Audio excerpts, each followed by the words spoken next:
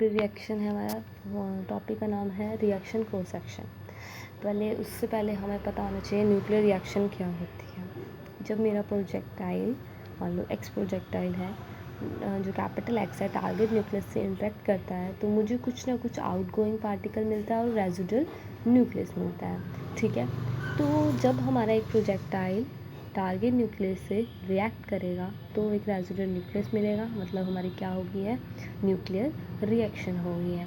तो किस वेव की फॉर्म में आएगी, वेव की फॉर्म में आने का मतलब उसका कुछ ना कुछ क्रॉस सेक्शन भी होगा।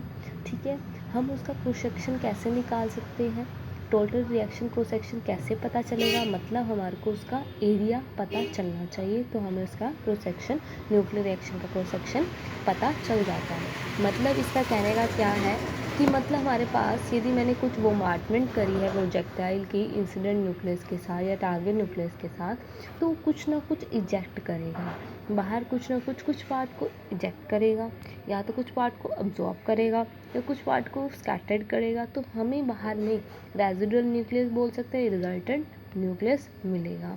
ठीक है, वो किस पार्ट पे होगा, कितने एरिया कवर कर रहा है, वो आपका क्या होता है, रिएक्शन क्रॉस सेक्शन। ठीक है, अब हम इसके अंदर हमें क्या लेना पड़ेगा, हमें कुछ ना कुछ आफ्टर रिएक्शन उसका मीन एरिया, हम उसका क्या लेंगे, मीन एरिया। मीन आना मतलब कितना अब्जॉर्ब होगा, कितना स्कैटर्ड हो गया, हम उसका मीन ले लिया, लेके हम उसका रिएक्शन क्रॉस सेक्शन को बता सकते हैं। मैंने क्या लिया है, एक प्लेन वेव ली है। ठीक है, और एक plane wave represent, plane wave के लिए क्योंकि ये पार्टिकल बीम को रिप्रेजेंट करती है। पार्टिकल बीम एज ए क्या एक्ट करेगी, जो वो बाहर से आता है प्रोजेक्टाइल की तरह काम करेगी, और किस पे रिएक्ट करा उसने, किस पे फॉल हुई, टारगेट न्यूक्लियस पे फॉल हुई।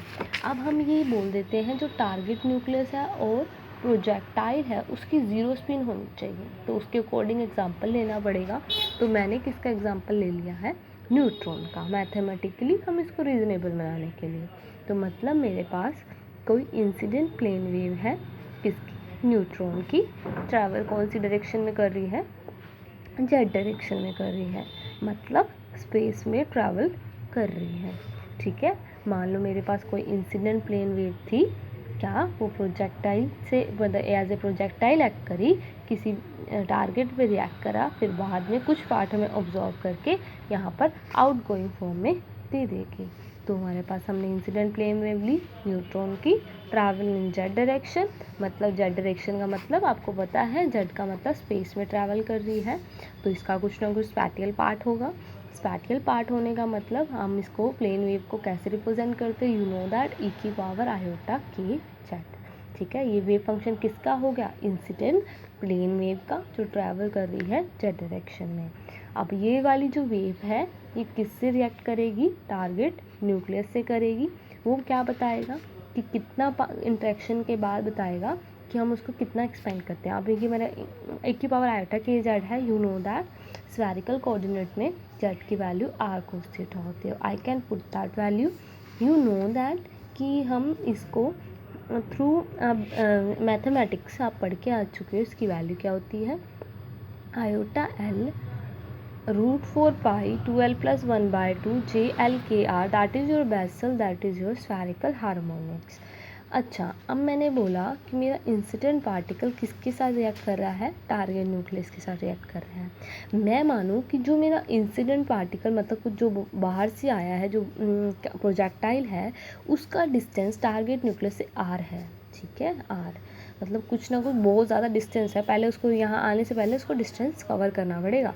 ठीक है, तो वो वेरी वेरी लार्ज है, मतलब के आर की वैल्यू वेरी वेरी लार्ज है एल से, मतलब इसकी वैल्यू लेंथ से लार्ज है। ठीक है, तो कोई भी के क्या हो सकता है, वेव वेक्टर हो सकता है।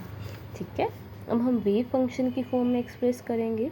You know that J L क्या होता है, बेसल फंक्शन। यहाँ पर हम इसकी वैल्यू निकाल रहे हैं, आपने ये कर रखा है sine k r minus l pi by 2 upon में के आर आयोटा ई की पावर माइनस आयोटा और ई की पावर प्लस आयोटा अपॉन में 2 के आर कर रखा है। हमने फॉर्मूला साइन के फॉर्म में मैथमेटिक्स में कर चुके हैं, हम अलजेब्रा में करके आ चुके हैं।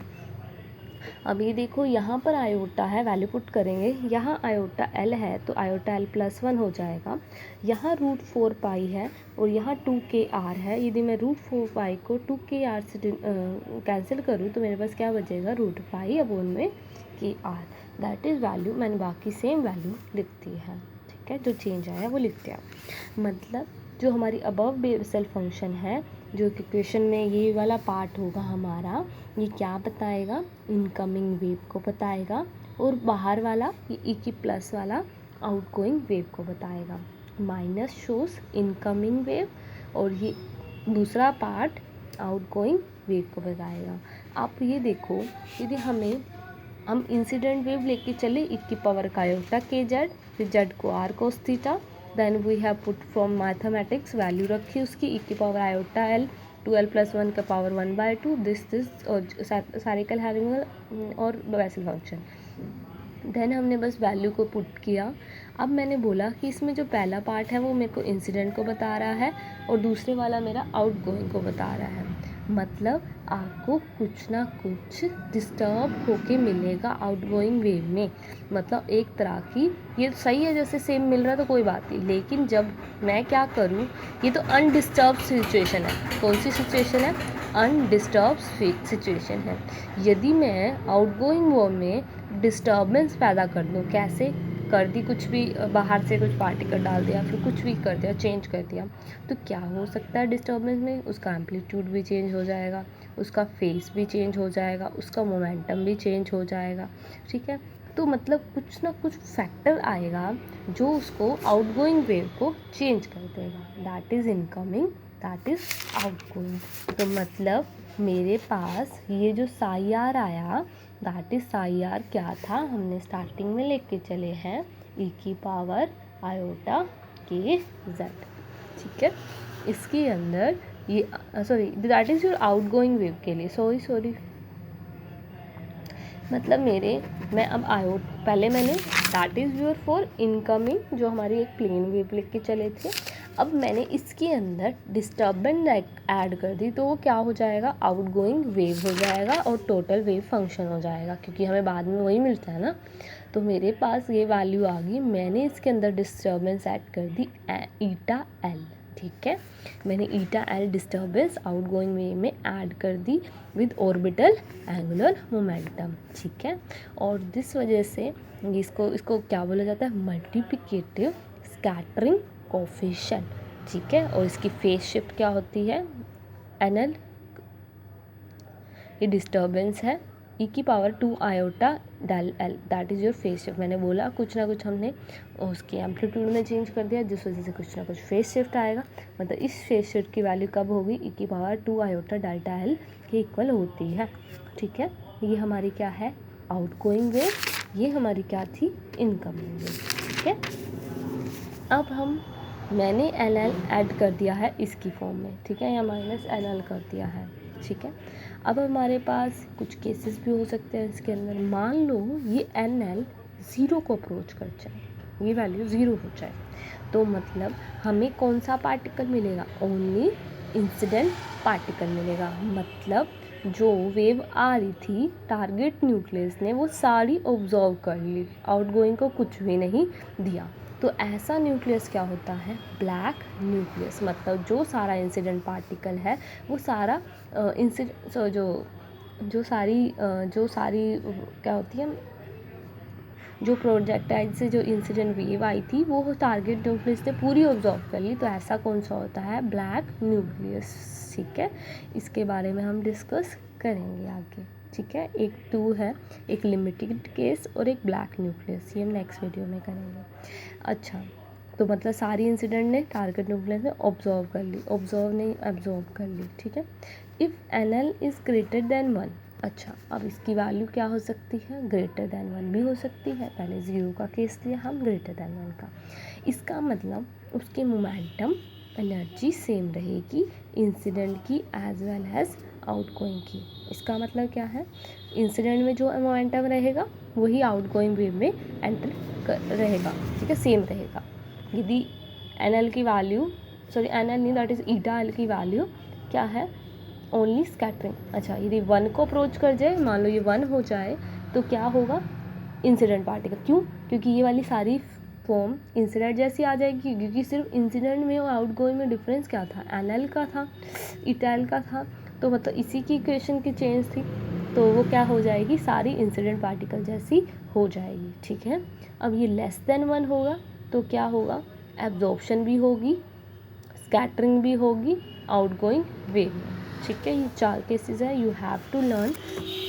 क्या क्या, 0 हो गया तो मेरे पास ब्लैक न्यूक्लियस बन जाता है, ग्रेटर हो जाए तो मेरे पास सेम रहती है वैल्यू, लेस देन 1 को अप्रोच कर जाए तो आप यू नो दैट वो इंसिडेंट जैसी बन जाएगी, लेस देन 1 हो तो मतलब एब्जॉर्प्शन भी होगी और एज वेल एज स्कैटरिंग भी होगी, एब्जॉर्ब भी करेगा कुछ ना कुछ पार्ट और फिर जाके स्कैटरिंग को भी देगा। ठीक है, और जब लेस देन 1 था, एनएल ग्रेटर देन 1 था तो वो सेम रहता है, लेस पे दोनों काम होंगे। ठीक है, अब हम, आपको पता है मैंने क्या बोला था, कुछ ना कुछ इंसिडेंट वेव आई जो प्रोजेक्टाइल ने जब टारगेट न्यूक्लियस के साथ इंटरेक्ट किया, ऐसा भी हो सकता है कुछ ना कुछ पार्ट स्कैटर्ड होगा। ठीक है, स्कैटर्ड भी होगा और कुछ कुछ पार्ट अब्जॉर्ब भी होगा। मैं पहले लिख के चल रही हूँ स्कैटर्ड पार्ट, जो स्कैटर्ड पार्ट को मैं रिप्रेजेंट करूँगी साई एस सी। जो हमने आउटगोइंग का हमने साई आर से दिखाया है, इंसिडेंट का हमने ई की पावर आयोटा के जेड से दिखाया है वेव फंक्शन, तो हम इसका भी दिखाएंगे psi S C on the form of wave, which is the basically difference है आउटगोइंग वेव का इंसिडेंट वेव के साथ।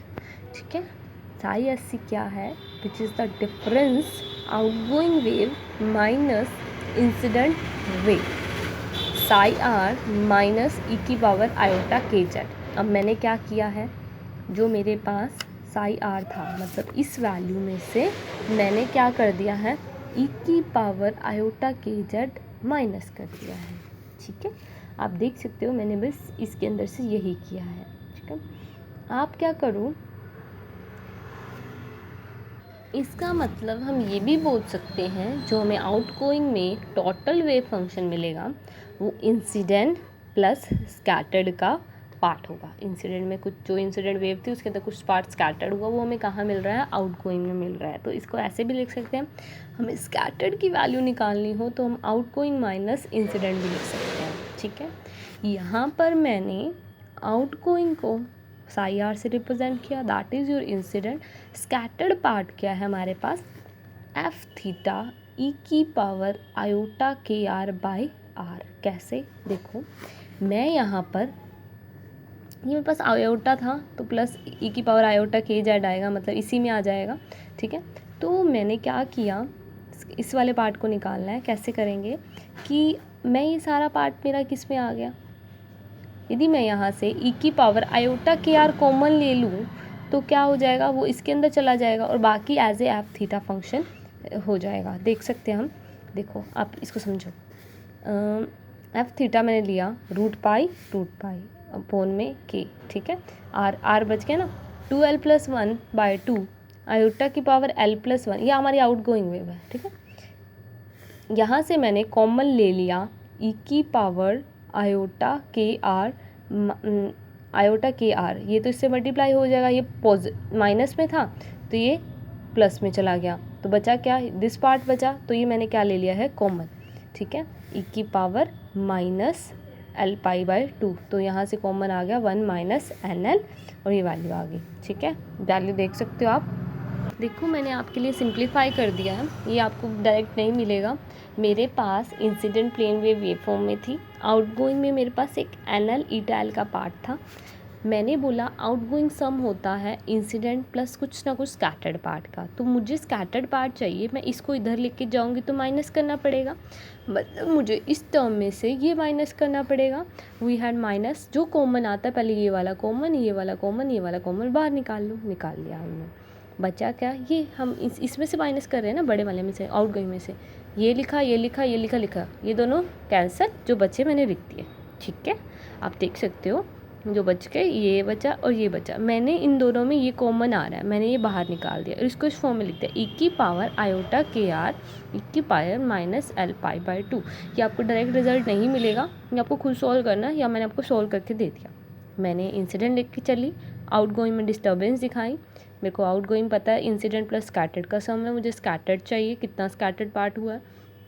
केसेस को पढ़ा हमने, क्या क्या थे, NL1 होगा तो क्या होगा, 0 होगा तो मतलब पूरा एब्जॉर्प्शन हो गया, ठीक है, ब्लैक स्फेयर की तरह काम कर गया। ग्रेटर देन 1 है इटाइल तो क्या होगा, सेम मोमेंटम एनर्जी होगी।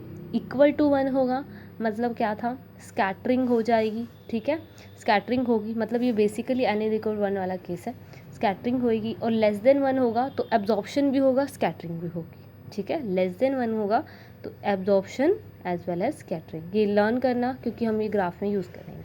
ओके, ये आप देख सकते हो, minus minus cancel, this is your, ठीक है, आप देख ले, वैल्यू पुट करिए बस, माइनस इधर वाले इसको लिखा, इसको रखा, फिर इसको रखा, ये दोनों कैंसिल हो गए, ये बच गए, उनको बाहर निकाल दिया, ठीक है। इसको मैं इस फॉर्म में भी लिख सकती हूँ, मैंने एफ थीटा लिख दिया, ई की पावर आयोटा के आर अपॉन में आर, इसका मतलब क्या है, ये आर की पावर आयोटा के आर लिख दिया, बाकी एज ए फंक्शन की तरह काम करेगा, एफ थीटा लिख दिया, बाकी को सिर्फ इन दो को जो आर के फंक्शन है उनको अलग कर दिया और बाकी को एज ए थीटा के फॉर्म में ले आए, आर वाले अलग, ई की पावर आटा के आर अपोन में आर, बाकी एफ थीटा की फॉर्म में, ठीक है, ऐसे लिख सकती हूँ। फिर लिख देना where f theta is root pi upon में k, okay, L = 0 infinity something something लिख देना, ठीक है, बस।